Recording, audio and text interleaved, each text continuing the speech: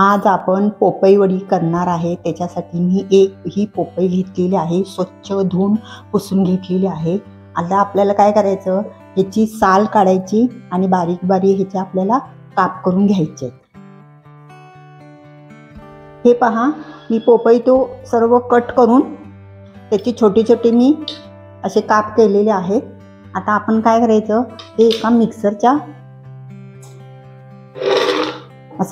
एक भांडं घ्यायचं आहे आणि त्याच्यामध्ये आपल्याला हे सर्व घालून थोडंसं आपल्याला हे मिक्सरमध्ये वाटून घ्यायचं आहे।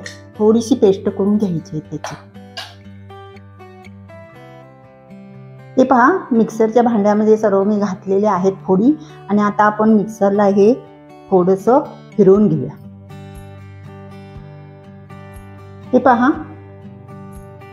मिक्सरला मी असं फिरवून घेतलेलं आहे। चला आता आपण वडी करायला घेऊया। हे पहा, पॅन ठेवलेला आहे, त्याच्यामध्ये आपल्याला 1 चमचा तूप घालायचं आहे।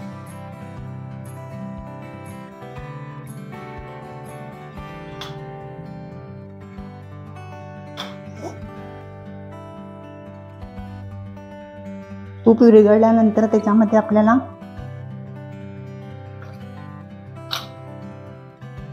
हा पोपईचा सर्व पल्प घालायचा आहे त्याच्यामध्ये।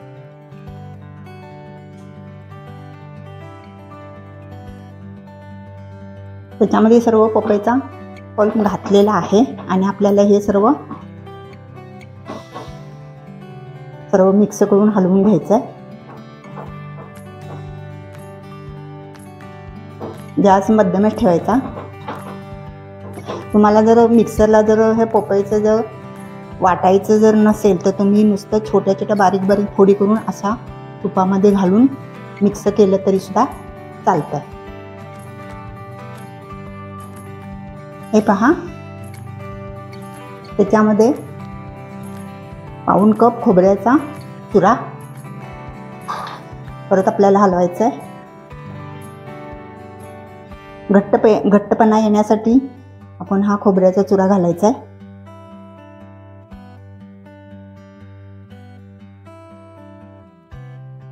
चार चमचे मिल्क पावडर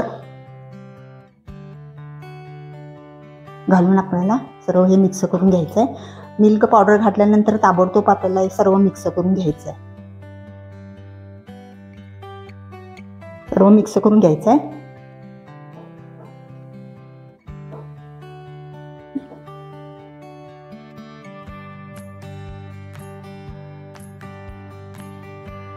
दुधाच्या पावडरचे जर थोडे थोडे असे गटके होतात ते आपल्याला सर्व एकसारखे करून घ्यायचे।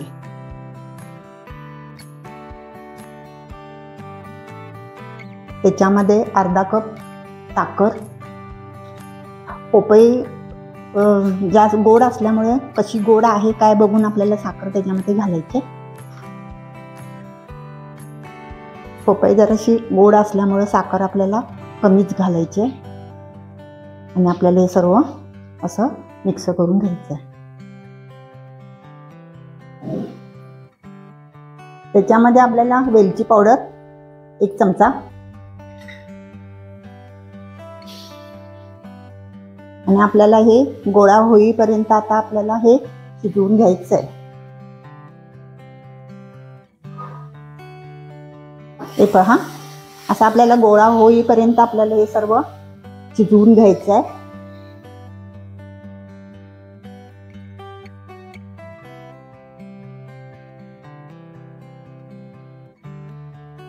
त्याच्यामध्ये 1 चमचा परत तूप घालूया आपण। परत आपल्याला गोळा होईपर्यंत सर्व आपण हे शिजवून घेऊया।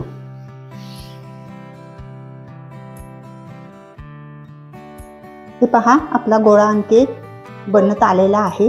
आणखी आपल्याला 2 ते 3 मिनिटं आपण सर्व हलवून घेऊया। दूध पावडर आणखी खोबऱ्याचा चुरा घातल्यामुळं आपल्याला हे वडीला दाटपणा येतो, म्हणून आपल्याला खोबरं आणि मिल्क पावडर घालायची त्याच्यामध्ये।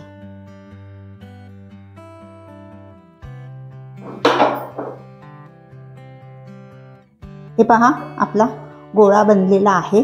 आपण आता गॅस बंद करूया.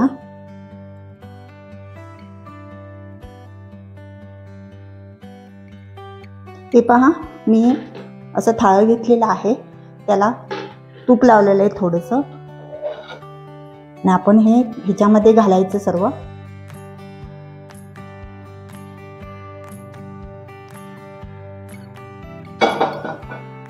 आणि आपल्याला हे सर्व कढईमध्ये प्लेट ताटामध्ये सर्व एकसारखं लावून घ्यायचं. हे पहा, सर्व मी एकसारखं प्लेट करून घेतलेलं आहे. त्याच्यावर आपल्याला काजू बदामचे काप घालायचे.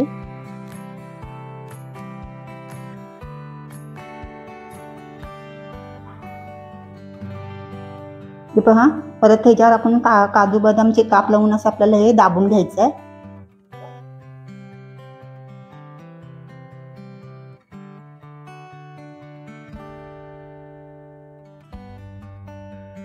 एकसारखं दाबून घ्यायचं, म्हणजे त्याला सर्व चिकटणार म्हणून असं एकसारखं आपल्याला दाबून घ्यायचं. आणि आपल्याला हे थंड करून घ्यायचं. 1-2 ते 3 तास थंड करायचं. तुम्ही फ्रीजमध्ये ठेवलं तरी सुद्धा चालतं, किंवा असं बाहेर जरी ठेवलं तरी सुद्धा चालतं. 2 ते 3 तास आपल्याला हे थंड करून घ्यायचं. हे पहा, आपली पोपई वडी 2 ते 3 तास झालेले आहे, थंड झालेली आहे. आता आपण कट करूया. हे पहा, कट करूया आपण.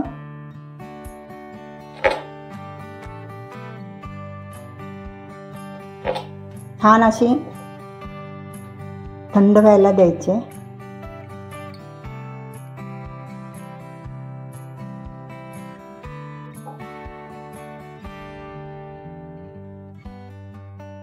हे पहा,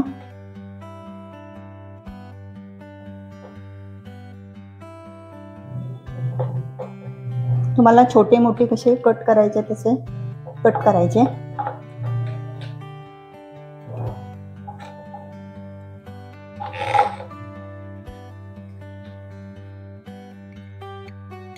हे पहा, आणखी एक काढून दाखवते.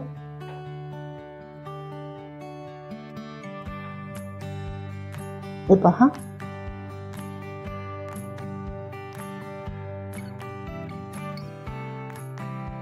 हे पहा, आपली पोपई वडी झालेली आहे. करायला पण सोपी आहे, छान पण लागते. हे बघा,